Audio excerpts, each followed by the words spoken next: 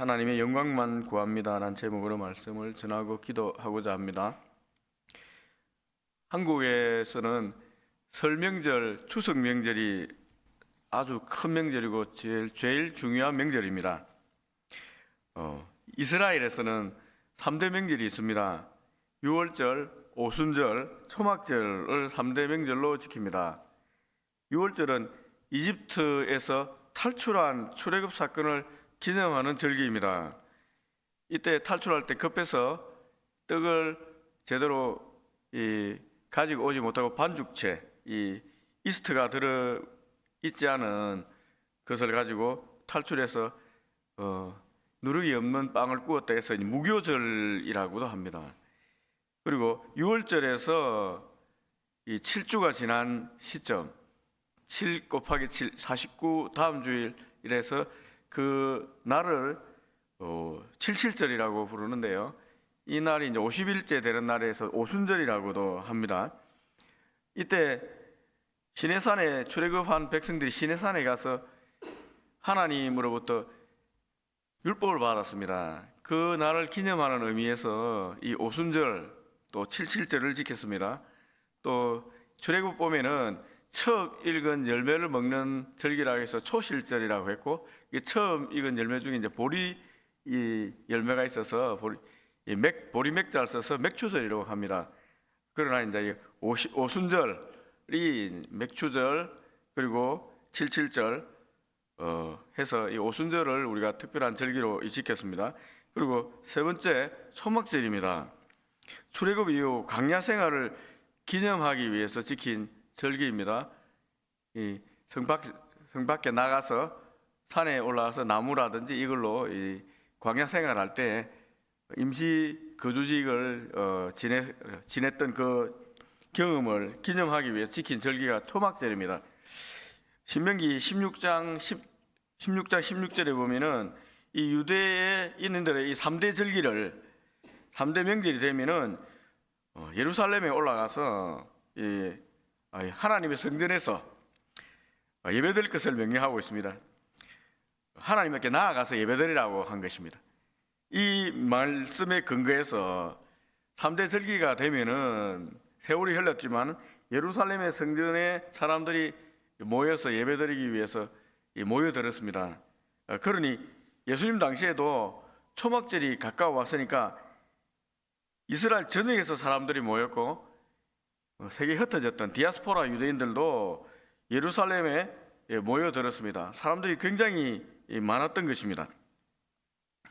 본문 7장의 배경입니다. 이 초막절, 이 절기가 이제 가까이 왔을 때 7장 초반절에 보면 예수님 동생들이 예수님에게 예루살렘에 올라가서 특별한 기적을 보이고 자신이 그리스도임을 증명하라고 요구했습니다. 예수님의 동생들이 이렇게 요구한 것은 예수님이 하나님의 아들이고 그리스도라는 사실을 믿었기 때문이 아니라 믿지 못했기 때문에 이렇게 요구했습니다. 생각하면은 이 동생들의 요구가 이해가 됩니다. 그들의 마음도. 같은 어머니 뱃속에서 태어났습니다. 수십 년 동안 형님, 동생 하며 지냈습니다.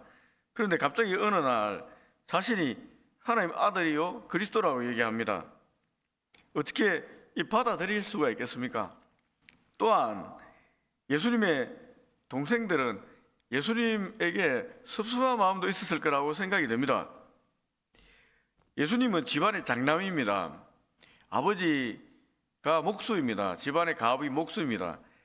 장남이 가업을 이어서 집안의 살림을 책임져야 되지 않습니까? 그런데 가업인 목수일 하지 않고 이상한 사람들을 제자라고 모아서 데리고 다니면서 귀신을 쫓아내고 병을 고치고 자기 하나님 아들이라고 주장하고 다니니까 이 마음이 굉장히 불편했을 것입니다. 예수님 하는 일 자기들이 다 해야 되는 거예요. 그래서 그들은 정말 형님, 예수님 정말 그리스도고 하나님 아들이고 라고 한다면은 기록된 대로 예언대로 이스라엘의 왕이 돼야 되지 않습니까? 사람들이 지지를 받아서 왕이 되려면 예루살렘에 올라가서 이 명절에 예루살렘 올라가서 초막절이니까 기적을 한번 보여서 사람들의 마음을 모아보세요. 그리고 왕이 되세요. 라고 비꼬듯이 말한 것입니다. 그러나 예수님은 그들에게 자기가 때가 되지 않았으니까 올라가지 않겠다라고 대답하셨습니다. 예수님은 만천하에 자신이 그리스도임을 드러내기 위해서 드러내야 될 때가 십자가에 죽으시고 부활하며 하늘에 올라가실 그때라는 사실을 알고 있었습니다. 그래서 예수님은 동생들의 요구에 응하지 않으셨습니다. 자기 때가 되면 올라가겠다는 것입니다. 이것은 단순한 거절이 아닙니다. 동생들의 말 뒤에 숨어있는 사단의 유혹을 간파하신 것입니다. 이 장면은 마태복음 4장에 예수님께서 시험 받는 장면과 아주 유사합니다. 사단이 예수님을 거룩한 성에 데리고 올라가서 성전 꼭대기에서 뛰어내리라고 유혹을 했습니다. 사단은 네가 하나님 아들이니까 성전에 뛰어내리면 천사들이 와서 발이 돌에 부딪히지 않도록 받아줄 거야. 그러면 사람들이 너를 그리스도라고 영접하지 않겠어? 한번 뛰어내려봐 라고 했던 것입니다.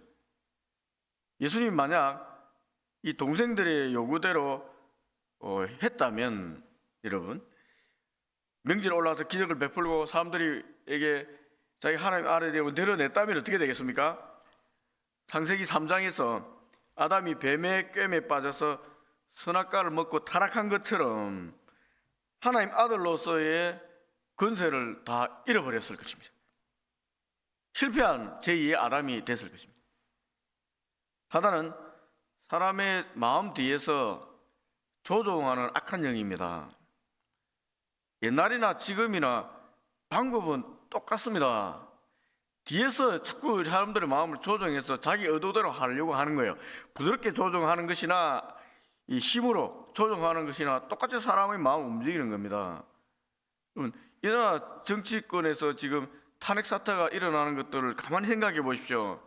이 꼬투리가 어떻게 잡힙니까? 다 뒤에서 비선이라는 곳에 뒤에서 자꾸 조종하는 거예요. 최순실이라는 사람이 조종했다 하고 지금은 아내 되는 사람이 대통령을 조종해서 이상하게 만든다. 이게 이제 꼬투리가 되는 겁니다. 이게 다 사람들의 마음을 조종하려고 하는 거예요. 그리고 공개적으로 하지 않고 뒤에서 막 있는 것들은 잘 생각해 봐야 됩니다. 자기 이익을 위해서 하는 것입니다. 우리도 봐야 됩니다. 우리는 이런 유혹과 강교한 속임수에 빠지지 않도록 깨어 있어야 됩니다. 예수님은 자신의 사명과 하나님 뜻에 따라 행동하셨으며 동생들의 말에 흔들리지 않았습니다. 이는 우리에게도 믿음으로 사단의 유혹을 분별하고 이길 힘을 가르쳐주고 있는 것입니다. 어떻게 해야 되겠습니까? 유혹이 올 때 이길 때는 하나님 말씀 앞에 서서 나의 사명대로 계속 가야 되는 겁니다.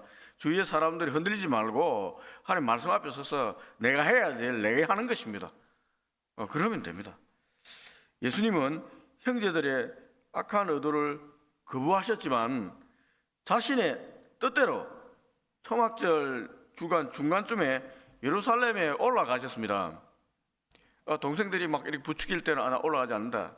내 때가 아니다 하였으나 스스로 초막절 중간쯤 되자 보통 명절이 7일간 합니다.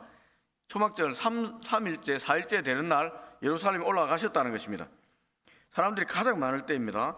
예루살렘에 도착한 예수님은 기적을 베푸는 대신에 성전에서 사람들을 가르치셨습니다. 당시에 성전에서 사람들을 가르치는 사람들은 대개 제사장들, 바리새인들, 서기관 등으로 학식이 뛰어난 사람들입니다. 사람들에게 인정받는 사람들입니다. 현대적인 말로 표현하자면은 정규 신학대학원을 졸업하고 교단에서 인정받는 대학에 들어가서 신학 박사 학위를 가진 사람들에 해당되겠습니다. 그러나 예수님은 이와 같은 정규 교육 과정을 거치지 않았습니다. 유대인들도 어릴 때부터 성경 공부하는 과정에 다 들어가거든요. 이제 탈무드 연구하는 과정도 들어가고 이제 미드라시라고 해서 연구하는 과정들이 다 있습니다. 들어가서 정규 과정을 거치지 않았습니다. 또 사도 바울과 같이 가마리엘과 같은 그 당시 유명한 랍비 밑에서도 이 가르침을 받은 적도 없습니다. 이에 유대인들은 예수님이 성전에서 가르치는 모습을 보고 놀라면서 말했습니다. 15절 보면은 이 사람은 배우지 아니하였거늘 어떻게 글을 아느냐. 이 글을 안다고 해서 기억, 니은 이런 한글과 같은 히브리어 글을 안다 이 뜻이 아닙니다. 어떻게 성경을 해석하고 이해하고 설명할 수 있는 학문적 지식이 있느냐, 이렇게 생각해야 됩니다. 이는 예수님의 권위에 대한 도전입니다. 네가 무슨 권위로 성전에서 가르치느냐? 너 사내들인 공의회로부터 가르칠 수 있는 권위를 받았는가? 라는 질문이었습니다. 오늘날로 말하면 이런 말이죠. 넌 유명 신학대학도 나오지 않았고 신학 박사 학위도 없는데 무슨 권위로 너희들이 네가 남을 가르치냐? 이렇게 하는 말과 똑같습니다. 예수님은 이들의 질문에 자신의 권위의 출처를 분명히 밝혔습니다. 16절, 17절입니다. 내 교훈은 내 것이 아니다. 나를 보내신 이의 것이다. 사람이 하나님의 뜻을 행하려 하면 이 교훈이 하나님께로부터 왔는지 내가 스스로 말하는 것인지 알리라. 자신의 권위는 하나님으로부터 왔다는 거예요. 하나님이 인정했다는 것입니다. 그 당시 성전은 종교, 정치, 권력의 중심지였습니다. 중심이었습니다. 대제사장, 바리새인, 장로들로 구성된 사내들인 공회가 모든 권력을 장악하고 있었습니다. 이 제도권에서 인정을 받지 않는 사람이 성전에서 가르치는 것은 용납할 수가 없었습니다. 그러나 예수님은 이런 제도나 조직에 얽매이지 않으셨습니다. 성경과 제도는 하나님을 위해서 존재하는 것이지 하나님이 그들을 위해 존재하는 것은 아닙니다. 예수님은 하나님 말씀을 가르칠 자격은 제도권에서부터 인정받은 것이 아니라 하나님께로부터 직접 받았다라고 말씀하신 것입니다.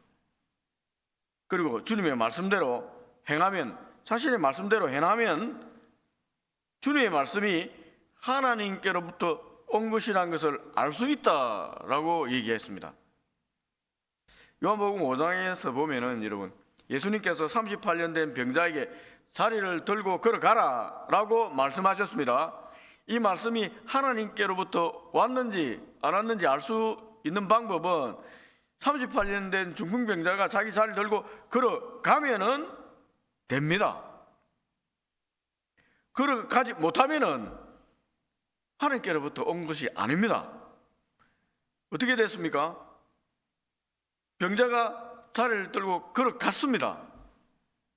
그러자 사람들이 하나님께 영광을 돌렸습니다. 엄청나게 사람들이 환호하며 하나님께 영광을 돌린 것입니다. 이 중풍병자는 말씀에 순종함으로써 진리를 맛본 것입니다. 진리가 무엇입니까? 예수님이 하나님의 아들 그리스도라는 그 진리입니다. 그 놀라운 순간 예수님은 자신을 드러내지 않고 자리를 피해 가셨습니다. 이 중풍 38년 된 병자 일어나 막 사람들이 환호하는 그 순간에 주님이 조용히 사라졌었어요. 요한복음 7장 18절입니다. 이는 스스로 말하는 자는 자기 영광만 구하되 보내신 이의 영광을 구하는 자는 참되니 그 속에 불의가 없느니라. 하나님으로부터 받은 권세로 그냥 했지 않습니까? 예수님께서 하나님 영광만 드러나면 되지 자기가 영광 받을 필요가 없으니까 사라지신 거예요. 그 자리에서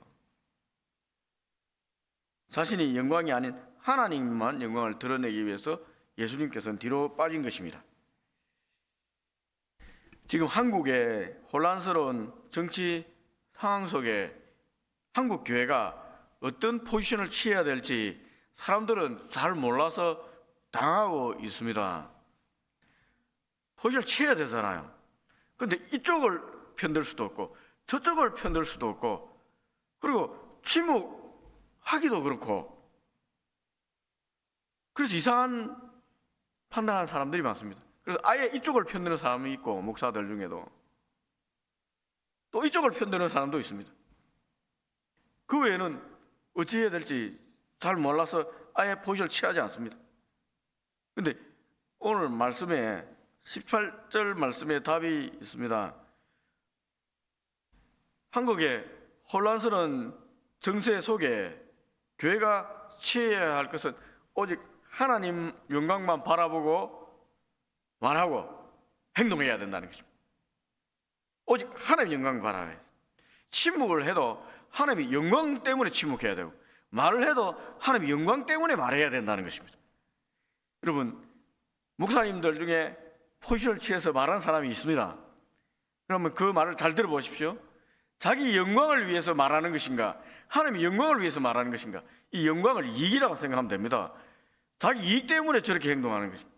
저렇게 행동하면 무슨 이익이 있는가? 그럼 그거는 자기 영광을 가는 거예요. 하나님 영광 때문에 행동하고 말해야 되는 겁니다. 자기 불이 오더라도 하나님 영광 때문에 해야 되고, 자기가 침묵하고 욕을 듣더라도 하나님 영광 때문에 그가 침묵해야 되는 것입니다. 침묵해야지 이익이 된다고 생각해서 침묵하는 것은, 여러분, 그거는 하나님 영광이 아니고 자기 영광이에요. 불의가 있으면 불의하다 해야 되죠. 이쪽이든 저쪽이든 너도 불의하면 너도 불의하다 해야 됩니다. 그건 내 자신도 불의하고 불의하다 해야 됩니다. 우리는 하나님의 영광을 위해서 존재하는 게 교회입니다. 스스로 말하는 자는 자기 영광만 구하되 보내신 이의 영광을 구하는 자는 참되니 그 속에 불의가 없다고 했지 않습니까? 우리가 하나님의 영광을 위해서 신앙생활하고, 하나님의 영광을 위해서 말하고, 하나님의 영광을 위해서 존재하는 게 교회입니다. 교회가 교회되면은 말할 수 있습니다. 지금 상황에서 말해야죠. 이거 잘못되면 잘못됐다, 저거 잘못 말해야죠. 그런데 교회가 침묵합니다. 어중간한 포지션을 취하고, 또 말하더라도 너무 자기 이익만 위해서 말하는 거예요. 말하니까 돈이 얼마나 많이 들어오는지 모릅니다. 어떤 사람들한테는. 이거는 자기 영광만 드러내는 것입니다. 우리 마음의 양심이 내 개인의 영광을 위해서 말하고 있는지, 아니면은 하나님의 영광을 위해서 말하는지 알 수가 있습니다. 교회에서 정치적인 색깔을 드러낼 때 하나님의 관점에서 이렇게 의견을 밝히는 게 아니라 어떤 진영에 들어가서 밝히면 자기 영광을 위하는 거예요. 왜? 어떤 진영의 이익을 원하잖아요. 아닙니다, 여러분. 그럼 교회가, 여러분, 혼란스러워지는 겁니다. 영광을 위해서 말하면은 남들이 뭐라 하더라도 나는 하나님 말씀에 근거해서 하나님 영광을 위해서 말하는 것이다. 틀린 건 틀린 것이다. 맞는 건 맞다 하는 것이다. 남들 오해도 관계없는 거예요. 교회가 하나님 영광을 위해 나아가는 게 교회입니다. 교회는 오직 주의 영광을 위해서 존재해야 하는 것입니다. 예수님은 성전에서 가르치는 권위에, 자기의 권위에 도전하며 자신을 죽이려 하는 유대 지도자들에게 그들이 추정하는 모세의 율법을 가지고 반문하셨습니다. 19절입니다. 모세가 너희에게 율법을 주지 아니하였느냐? 너희 중에 율법을 지키는 자가 없도다. 너희 어찌하여 나를 죽이려 하느냐? 예수님은 자신들이 율법을 온전히 지키지 못하면서 율법을 근거해서 사람을 죽이려 한다고 비판하셨습니다. 그 사실을 지적하신 것입니다. 실제로 여러분, 율법을 많이 한다고 해서 율법을 잘 지키는 사람 잘 지키는 건 아닙니다. 율법에 대한 학식이 많다고 해서 그 율법을 세밀하게 잘 지킵니까? 아닙니다. 율법을 온전히 지킬 사람 아무도 없습니다. 예수님은 바리새인들, 율법을 잘 알고 모든 율법을 지킨다고 큰소리치는 이 구별된 거룩한 자들의 바리새인들, 종교인들에 대해서 그들의 위선과 외식을 비판하면서 회칠한 무덤 같은 자들이라고까지 하셨습니다. 그러니까 많이 아는 거하고 행하는 거하고 지키는 거하고 별개라는 것입니다. 많이 알면 오히려 더 조심해야 됩니다. 하나 알면 하나만 하면 되는데 100가지 알면 100가지 다 지켜야 되잖아요. 얼마나 어렵겠습니까? 선생 되기를 원하지 말라고 하는 이유가 여기 있습니다. 가르치는 자가 지키지도 못하면서 가르치면 제자들이 어떻게 되겠습니까?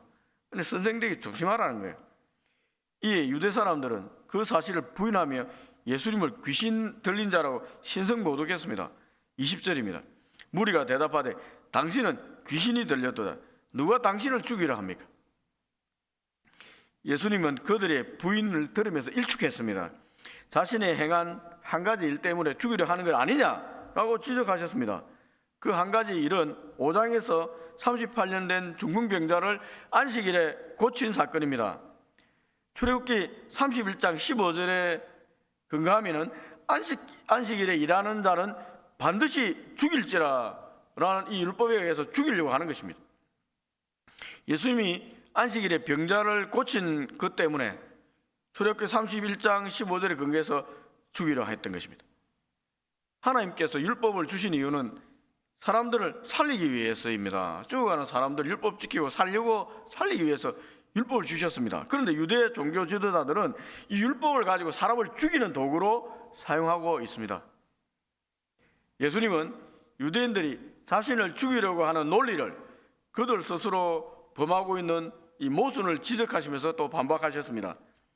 모세 율법에 의하면 여러분, 남자아이는 태어난 지 8일째 할례를 받아야 됩니다.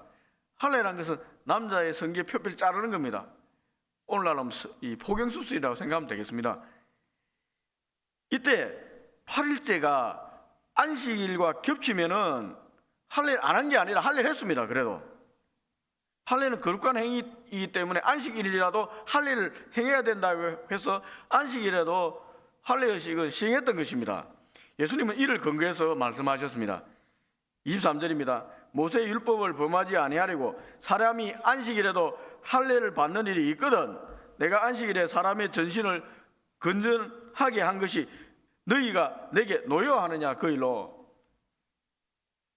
그들이 이중적인 잣대를 판단하는 것에 대해서 지적하신 것입니다. 이게 외식입니다. 자기 편에만 좋으면 옳고 남은 무조건 잘못됐다는 거예요. 자기는 할례들을 하잖아, 안식일에도. 근데 예수님이 병자를 고치는 거 가지고 너 어려행위를 했다고 죽이려고 하는 것입니다. 여러분, 율법을 이용해서 사람을 정죄하고 죽이면 안 된다는 것입니다. 하나님 본래 뜻은 자비와 생명을 살리기 위해서 율법을 주신 것이다. 율법의 의미에 초점을 맞춰라 라고 지적하십니다. 말씀을 맺고자 합니다. 예수님은 율법주의적 시각으로 사람을 판단하고 평가하며 심지어 죽이려는 유대인들에게 본질을 볼 것을 요구하셨습니다. 24절입니다. 외모로 판단하지 말고 공의롭게 판단해라. 이 말씀은 오늘날 우리에게도 하시는 말씀입니다. 외적인 것을 보고 판단하는 것은 어리석은 것입니다. 겉모습보다 중요한 것은 본질과 내용입니다. 화려한 기적을 보고 예수님을 따랐던 사람들은 예수님께서 십자가에 달리셨을 때 다 도망쳤습니다. 그러나 예수님의 십자가가 영원한 생명이요, 은혜 중에 은혜요, 기적 중에 기적임을 알고 주님의 십자가를 따라갔던 사람들 모두 자기 십자가를 지고 예수님 십자가 앞에 섰습니다. 대표적으로 모친 마리아와 갈릴리에서부터 따로 여자들입니다. 이 여자들은 예수님 십자가 밑에 있었고 예수님의 12제자들은 다 도망쳤습니다. 왜 도망쳤습니까? 예수님이 이스라엘 왕이 되면 한자리 하려고 따라다니기 때문에 예수님 십자가에 달리니까 다 도망치는 거예요. 예수님의 사랑과 은혜, 십자가의 사랑에 감격해서, 제3의 은혜에 감격해서 예수님을 따라다녔던 그 여자들, 귀신 들린 여자들, 가늠하다 현장에 잡힌 여자들, 이런 여자들이 예수님 따라다니지 않겠습니까? 그 여자들은 십자가 밑에 서 있었다는 것입니다. 오늘날 제도화된 교회 속에서도 우리도 예수님의 십자가의 진리를 굳게 붙잡고 있으면은 십자가 앞에, 예수님 십자가 그늘 밑에 서 있을 수 있습니다. 그러나 하나님의 영광만 바라보고 교회 다니고 있는 사람들은 여러분, 예수님의 12제자처럼 십자가 밑에 설 수 없이 다 사라질 것입니다. 고난의 때 새벽에 십자가 밑에 서는 은혜와 능력을 달라고 한번 기도하면 좋겠습니다. 믿음의 사람 되게 해달라 결단하는 시간 되면 좋겠습니다. 기도하겠습니다.